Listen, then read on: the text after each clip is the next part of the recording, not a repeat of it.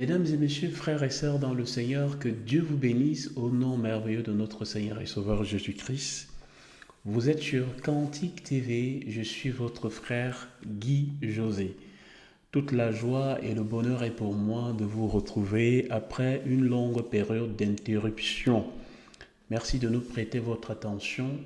Cantique TV est heureux de savoir que vous êtes des dizaines à nous écouter et à nous suivre. Vos encouragements et nos messages nous vont droit au cœur. Et notre seul désir est que vous faites ou que vous rencontriez également notre merveilleux Seigneur et Sauveur Jésus-Christ et invitez Dieu dans votre vie. Bien, comme vous le savez, nous voulons vous rappeler quelques publications. Vous devez savoir que Cantique TV est un compte YouTube qui met des vidéos sur YouTube et sur Facebook. Rien que pour cela, pour le moment, nous n'avons pas encore un autre compte en dehors de celui-là. Et que nous croyons en Dieu que tous les lundis, vous aurez la matinale de Cantique. Le mercredi, vous aurez lecture et mémo. Notamment, nous allons reprendre avec le livre des Proverbes où nous nous sommes arrêtés. Le vendredi, on aura un partage biblique. Et le dimanche, on a un instant de louange. Le tout résumé, regroupé, toutes ces vidéos mises en ligne par semaine font plus ou moins 1 heure de vidéos par semaine. Pour ne pas vous prendre tout votre temps et pour que nous ayons aussi également le temps de faire autre chose dans la semaine, car mettre une vidéo en ligne, préparer un partage, un cantique ou toute autre chose selon le cœur de Dieu prend énormément de temps. Et le temps nous est imparti. Nous avons à racheter le temps. Nous travaillons avec le Seigneur. Cependant, le premier ministère, comme nous le martelons ici et comme nous le disons à vous tous qui souhaitez également faire ce travail ou l'œuvre du Seigneur, le premier ministère, c'est de s'occuper de sa famille. Voilà pour les annonces. Entrons directement dans cette matinale de Cantique. Nous sommes le 18 juillet 2022. Et le titre de notre matinale aujourd'hui est L'or, l'argent et l'esprit. Je reprends, l'or, l'argent et l'esprit. Et nous aurons 3 lectures ce matin. La première lecture est dans le livre des Actes, chapitre 3. La deuxième lecture sera dans le livre de Rois, 2 Rois chapitre 5. Et la troisième lecture sera dans le livre des psaumes, psaume 50. Je le dis pour que vous puissiez vous préparer et vous repérer si jamais vous suivez cet enseignement et que vous prenez le temps de lire en même temps. D'ailleurs, c'est ce qu'on vous conseille. Donc, comme je disais tantôt, le titre de notre matinale de ce lundi est l'or, l'argent et l'esprit. Pourquoi l'or, l'argent et l'esprit?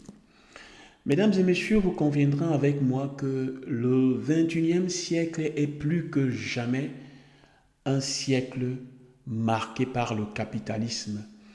Et s'il y a une chose qui caractérise le capitalisme, c'est la qualité rapport-prix.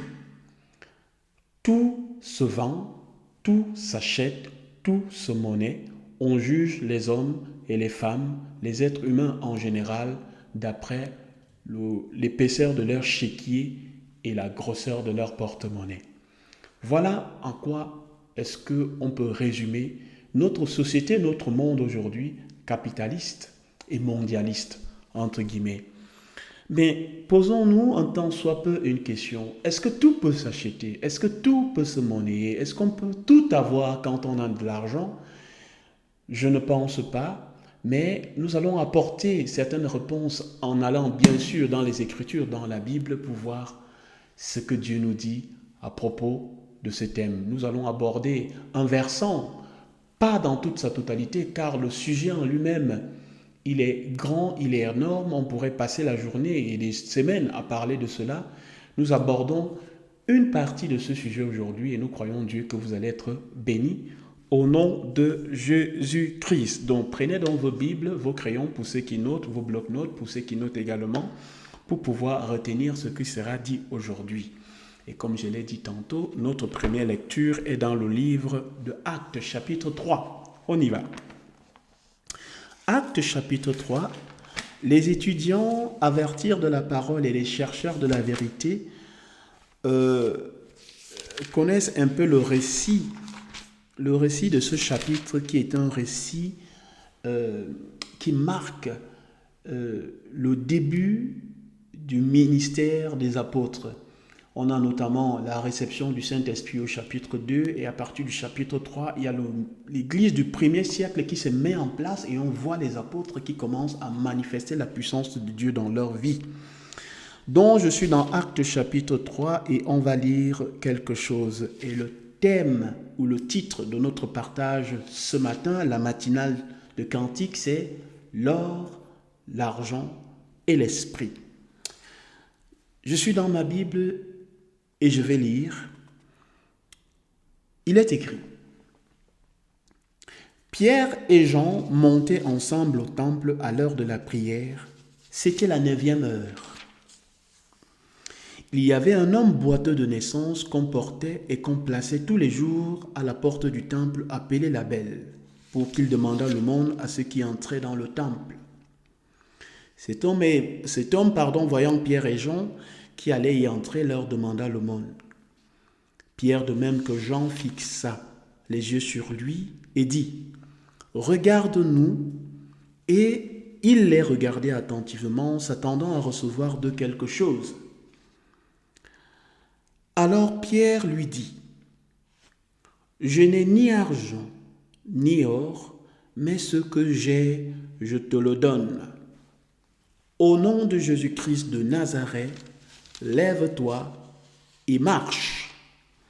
Et le prenant par la main droite, il le fit lever. Au même instant, ses pieds et ses chevilles devinrent fermes. D'un saut, il fut debout et il s'est mis à marcher.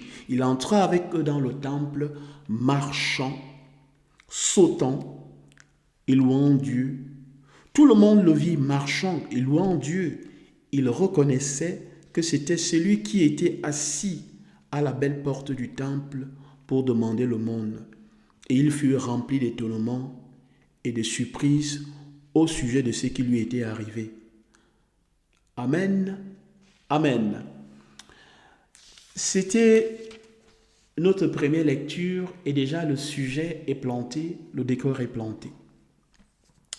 Frères et sœurs dans le Seigneur, mesdames et messieurs, je parlais tantôt du capitalisme et sa doctrine financière. Nous voyons ici un homme de naissance boiteux. Il est né, il ne marchait pas. Et tout le temps, il était placé à cette porte appelée la Belle du temple de Salomon, car ce temple, c'est Salomon qui l'avait construit. Il avait fait plusieurs portillons, dont l'un de ces portillons s'appelait la Belle. Et il s'asseyait régulièrement à cet endroit pour recevoir l'aumône. Et voyant Pierre et Jean qui allaient y entrer, il leur demanda l'aumône. Verset 3, il est écrit: Cet homme, voyant Pierre et Jean qui allaient y entrer, leur demanda l'aumône. Pierre, de même que Jean, fixa les yeux sur lui et dit: Regarde-nous.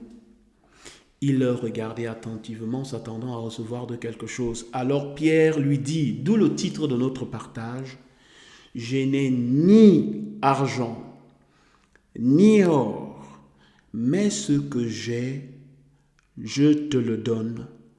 Au nom de Jésus-Christ de Nazareth, lève-toi et marche. Je n'ai ni or, ni argent. Cela ne signifiait pas que Pierre ou Jean n'avaient pas l'aumône à donner à cet homme. Pierre était en train de dire à cet homme ici: Je n'ai ni or ni argent. Cela signifie: je peux te donner tout l'or, tout l'argent du monde. mais cela ne peut remplacer en rien ce que j'ai reçu et ce que je te donne. Parce qu'il lui dit, mais ce que j'ai, il lui dit, ce que j'ai, je te le donne. Mesdames et messieurs, frères et sœurs dans le Seigneur, en faisant quelques recherches, j'ai lu que la Banque mondiale, depuis 1960, c'est une parenthèse, la Banque mondiale, depuis 1960, a octroyé à l'Afrique subsaharienne 1500 milliards de dollars. 1500 milliards de dollars. Est-ce que cet argent a permis à l'Afrique de se développer? Nous savons que non, sans avoir à polémiquer sur les sujets d'aide et autres. Ce qui est sûr, il y a une aide qui est versée chaque année à l'Afrique. Mais nous voyons que le vieux continent, au lieu de se développer, a plutôt l'air de sombrer et sa population de plus en plus pauvre. Qu'est-ce que je vais dire par là? Je vais dire que de nos jours, à ce temps et époque de grâce où Dieu a rendu disponible l'esprit, qui est le troisième point de notre partage, il y a certaines choses qui ne peuvent pas s'acheter. La paix ne peut pas s'acheter, mesdames et messieurs. La paix est une œuvre du Saint-Esprit. Je suis désolé, on pourra toujours distribuer les prix Nobel, la paix n'aura jamais lieu. Parce que la paix est une œuvre du Saint-Esprit. Comment peut-on faire la paix s'il n'y a pas le prince de paix au milieu? Sans le prince de paix qui est Jésus-Christ, il n'y a pas de paix. Mais si Christ est au milieu, alors l'esprit de paix, l'esprit de Christ, qui est l'esprit de paix, apportera la paix, car Christ dit, je vous donne ma paix, je vous laisse ma paix, je ne vous la donne pas comme le monde, parce que le monde donne sa paix au conditionnel. La santé ne peut pas s'acheter. Si la santé s'achetait, mesdames et messieurs, certaines personnes nanties, remplies d'argent, ne mourraient pas, ils achèteraient la santé. Vous me direz, les pauvres meurent aussi. Oui, le pauvre meurt, cependant, le riche meurt également. Alors, si le pauvre meurt de par sa misère, pourquoi est-ce que le riche y meurt encore, avec tout l'argent qu'il peut s'octroyer? Il y a certaines choses qui ne peuvent s'acheter. Comme le Saint-Esprit. Vous avez ce passage dans le livre des Actes, plus tard avec l'apôtre Paul, si vous allez dans le livre des Actes, où Simon le magicien croyait que le Saint-Esprit se donnait à prix d'argent. Le Saint-Esprit, l'Esprit de Dieu, la paix de Dieu est un don gratuit. Un don gratuit. Christ a payé le prix. Revenons donc à notre récit pour parler de cet homme boiteux de naissance, car le verset 2 dit « Il y avait un homme boiteux de naissance qu'on portait et qu'on plaçait tous les jours. » Alléluia, mesdames et messieurs, tous les jours, cet homme était placé à la porte du temple. Ça veut dire que cet homme avait reçu de l'argent dans sa vie. L'aumône était une loi dans le judaïsme. Dans la loi de Moïse, il était dit de faire de l'aumône aux pauvres et aux nécessiteux. J'imagine que cet homme avait reçu beaucoup d'argent puisqu'on le portait là pour aller recevoir de l'argent. Il avait reçu de l'argent jusqu'au jour où il va recevoir quelque chose contraire à de l'argent qu'il a toujours reçu. Et ceci va lui donner ce que l'argent ne peut pas donner. Ni l'or, ni l'argent ne pouvaient lui donner, mesdames et messieurs, la vie qu'il a reçue par l'entremise de Pierre et Jean. Je reprends. Ni l'or, ni l'argent ne pouvaient lui donner la vie qu'il a reçue par l'entremise de l'apôtre Pierre et Jean. Si Pierre lui avait donné même de l'or, est-ce qu'il aurait retrouvé la fermeté de ses jambes? Je ne pense pas. Mais Pierre lui dit, ce que j'ai, je te le donne. Au nom de Jésus-Christ de Nazareth, lève-toi et marche. Ceux qui ont eu la grâce de connaître Dieu et qui sont dans des familles qui n'ont pas encore connu Christ ont un fardeau. Pas le fardeau de porter leur famille, non. Le fardeau et la douleur qu'ils peuvent éprouver chaque jour de savoir que ils ont la vérité, ils connaissent la vérité, ils ont reçu du Seigneur gratuitement et ils aimeraient que leur famille en retour reçoive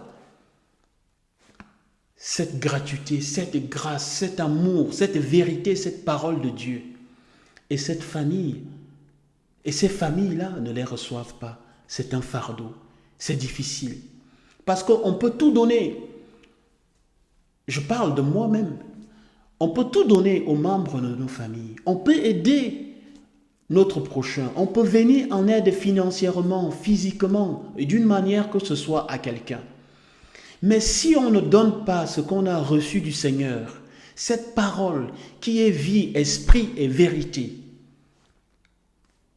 tout ce qu'on pourra donner ne pourra pas apporter une santé complète, une vie complète, une paix complète. Je suis sérieux quand je le dis, c'est une vérité. Et beaucoup de frères et sœurs se reconnaîtront dans ce que je suis en train de dire, parce que quand vous avez un membre de votre famille qui est malade, vous pouvez l'assister. Un membre de votre famille qui est dans le besoin, vous pouvez l'assister. Mais au-delà de cette assistance, vous avez cette parole et vous voulez leur donner cette vérité que vous avez. Et on a l'impression que ça ne les intéresse pas. Cependant, nous faisons notre devoir. Comme Dieu disait à Ézéchiel, rappelle-leur qu'ils t'écoutent ou qu'ils ne t'écoutent pas. Rappelle-leur quelle est la volonté, quelle est la grâce de Dieu. Ni or, ni argent ne pouvaient redonner la fermeté des jambes à cet homme, mais le Saint-Esprit, au travers de Pierre et des gens, a permis que cet homme recouvre l'esprit. Et qu'est-ce que cet homme fait? Il va se lever et il va louer Dieu. Il avait reçu de l'argent auparavant. Amen, oui. Mais est-ce qu'il s'est levé pour louer Dieu? Ce n'est pas écrit ici, mais je crois que non. Mais quand il a reçu la guérison totale de ses deux jambes, il s'est mis debout. Il est entré avec eux dans le temple et il s'est mis à louer le Seigneur. Amen. Notre deuxième lecture est dans le livre de Rois, chapitre 5. Roi, c'est toujours dans l'Ancien Testament. On était dans le Nouveau Testament, notamment avec le livre des Actes. Roi, c'est après le livre de Samuel. Vous avez donc 1 Samuel, 2 Samuel, 1 Roi et 2 Rois. On est au chapitre 5. Pour lire quelque chose de très bénissant, ici, c'est une autre démonstration pour montrer que l'or et l'argent ne peuvent donner certaines choses que seul Dieu peut donner. Nous sommes dans le livre de Rois, chapitre 5, et je fais brièvement un résumé pour ne pas perdre du temps, pour ne pas prendre assez de temps. Il s'agit de Naaman. Naaman, général de l'armée du roi de Syrie, vaillant homme, vaillant soldat, juste et bon reconnu par tout le peuple, souffrait d'une maladie qui était à l'époque un scandale aux hommes, car quand on avait la lèpre, c'est de ça qu'il souffrait, on était considéré comme maudit. La lèpre était une maladie à titre de malédiction. Donc Naaman le Syrien souffrait de la lèpre. Et alors qu'ils avaient pris en captivité une jeune fille israélite qui servait dans sa maison, celle-ci va lui dire « Mon Seigneur, si tu étais en Israël, il y aurait un prophète qui pourrait t'imposer les mains afin que tu reçoives la guérison. Naaman va voir le roi et va demander au roi s'il peut aller en Israël. Le roi de Syrie va donc faire une lettre au roi d'Israël en lui demandant de guérir Naaman. Le roi reçoit cette lettre, et il déchire ses vêtements pour dire, est-ce que je peux guérir de la lèpre? Et quand le prophète Élisée apprend cela, le prophète Élie, excusez-moi, quand le prophète Élisée apprend cela, oui, c'est le prophète Élisée, apprend cela, il va dire au roi, homme de Dieu, apprit que le roi, lorsque Élisée, homme de Dieu, apprit que le roi d'Israël avait déchiré ses vêtements, il envoya dire au roi, pourquoi as-tu déchiré tes vêtements? Laisse venir à moi, et il saura qu'il y a un prophète en Israël. Voilà l'affaire. Naaman est lépreux, et il se rend en Israël avec beaucoup d'or, d'argent, de vêtements et de chameaux pour acheter la santé. Il arrive en Israël et il rencontre le prophète Élisée. En allant chez le prophète Élisée, il est encore devant la porte du prophète. Regardez ce que le prophète va faire. Le prophète va demander à quelqu'un d'aller dire à Naaman, dites-lui qu'il se jette 7 fois dans le Jourdain. Et Naaman va s'irriter. Naaman va s'irriter, pourquoi? Parce qu'il va dire, là où je viens de Syrie, n'y a-t-il pas de fleuve plus beau, plus grand que le Jourdain? Et il va reprendre son chemin pour retourner. Beaucoup d'orgueil. Et certains de ses serviteurs vont lui dire, mon Seigneur, si le prophète t'avait demandé de faire quelque chose de plus difficile que de te jeter 7 fois dans le Jourdain, ne l'aurais-tu pas fait? Et Naaman va accepter finalement d'aller se jeter 7 fois dans le Jourdain. Et à la 7e reprise, le récit nous dit que Naaman fut guéri de sa lèpre. Naaman fut guéri de sa lèpre et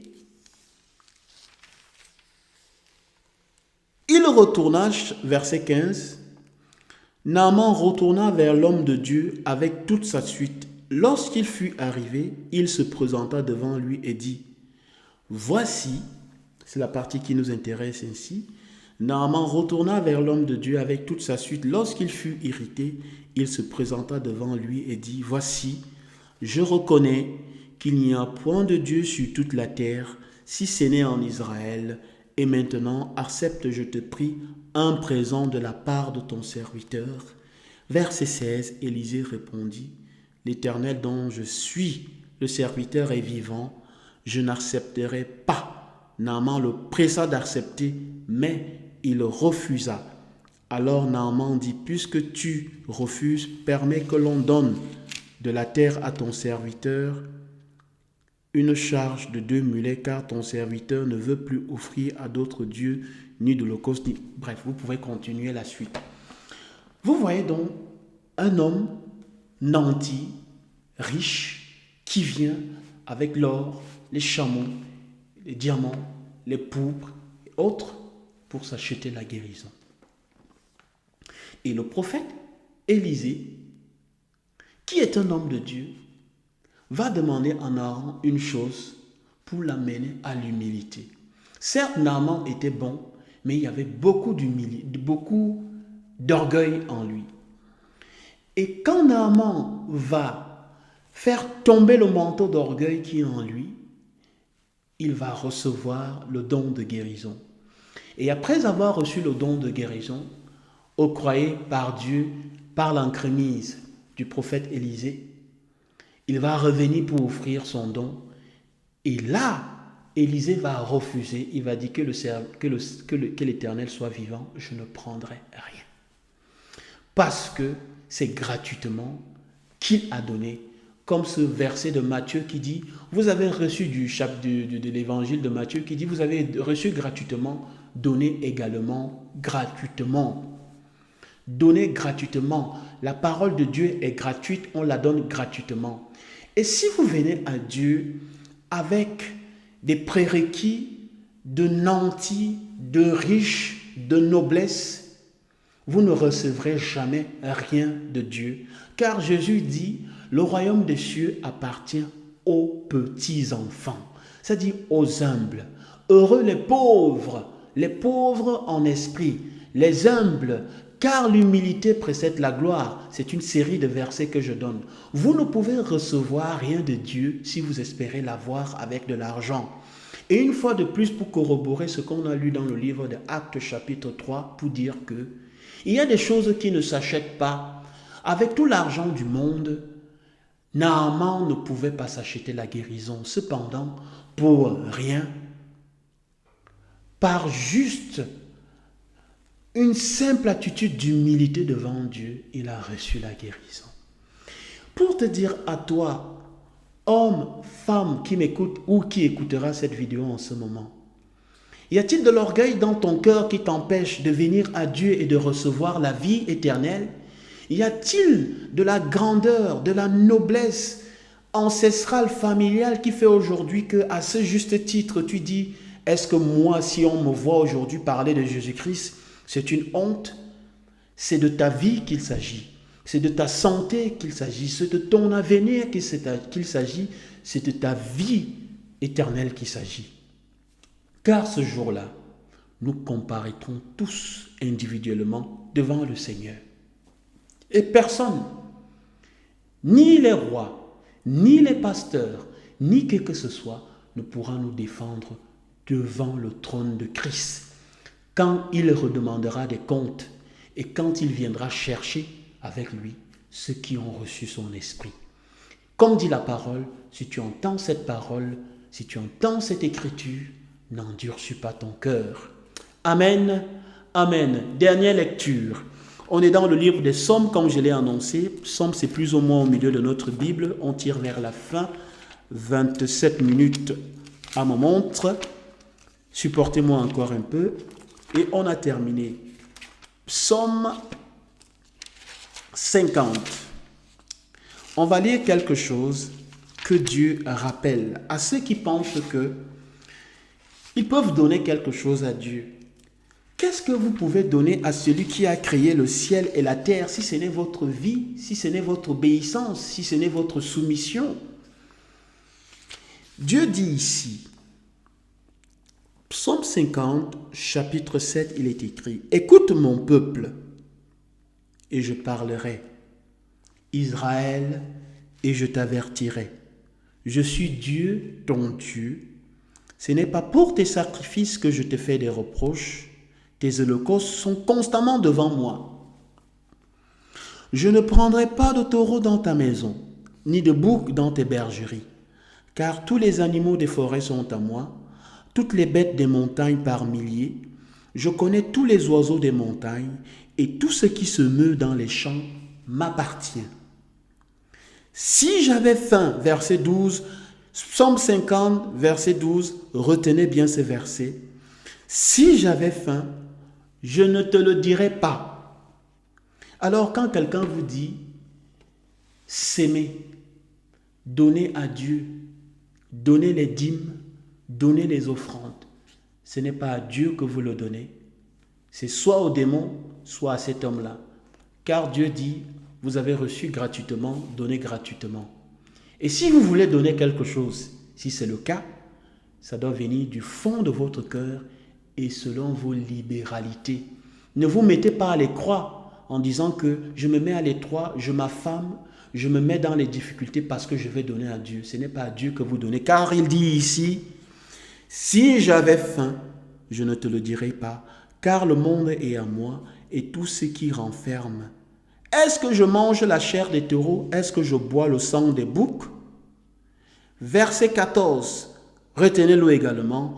Offre pour sacrifice à Dieu des actions de grâce et accomplis tes œuvres envers le Très-Haut. Amen. Clôturons cette matinale de cantique. Frères et sœurs dans le Seigneur, mesdames et messieurs, toi qui m'écoutes en ce moment et qui n'as pas encore reçu le Seigneur, on pourra te donner tout l'argent du monde, on pourra te donner tout l'or du monde, on pourra te donner tout le manger, toute la nourriture, tous les vêtements, toutes les maisons, toutes les choses de la terre. Si tu n'as pas reçu le Seigneur, eh bien, comme disait le roi Salomon, poursuite du vent, tout est poursuite des vents, vanité de vanité, tout est vanité. Tout cela passera. La chair, l'esprit et ce monde passeront. La chair, le matériel, les objets passeront. Seul l'esprit ne passera pas.